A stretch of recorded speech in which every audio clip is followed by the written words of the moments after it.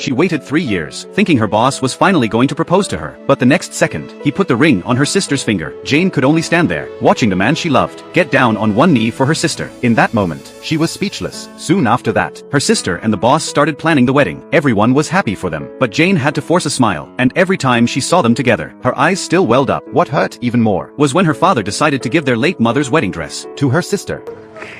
Jane, you don't mind, right? No. I mean, you can have it after me. No, that's good. It's right. That's what Mom would have wanted that. That was the breaking point, because that dress was always the one Jane had dreamed of wearing. But seeing how happy everyone was, all she could do was say the right things. From then on, her sister treated her like a full-time wedding assistant. Every single detail got dumped on Jane, while her sister did absolutely nothing, like it had been Jane's job all along. The frustration kept building, so Jane finally went to Kevin to vent. That was when she finally admitted that ever since their mother passed away, taking care of her sister had always fallen on her. But over the years, her sister had started taking everything Jane did for granted. You have said no to people before, haven't you? Yes, of course. Many times when the situation... Never. Not once. But you want to say no. But I can't. It's my sister.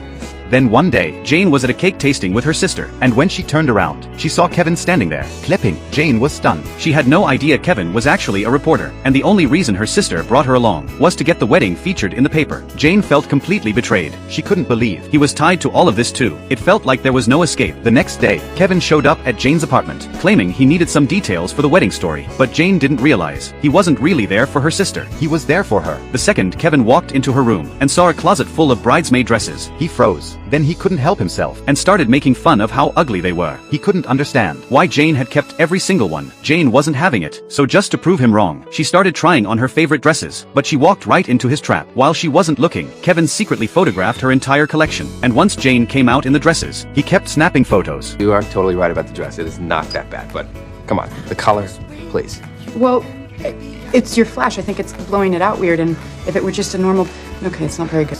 I got a good one. He came for the sister's wedding story, but Jane became the real star. Dress after dress, Kevin started seeing a side of Jane that no one else ever really noticed. The girl who was always busy taking care of everyone else was actually funny, sweet, and real. And for the first time, Jane was willing to show someone the memories she had kept to herself for years. Somewhere in the middle of all that laughter, something between them started to shift, and by the time all 27 dresses were photographed, Kevin realized he was truly falling for her. From that day on, Kevin found every excuse to be around her. Little by little, he started stepping into her world, and finally saw just how much she had been carrying on her own.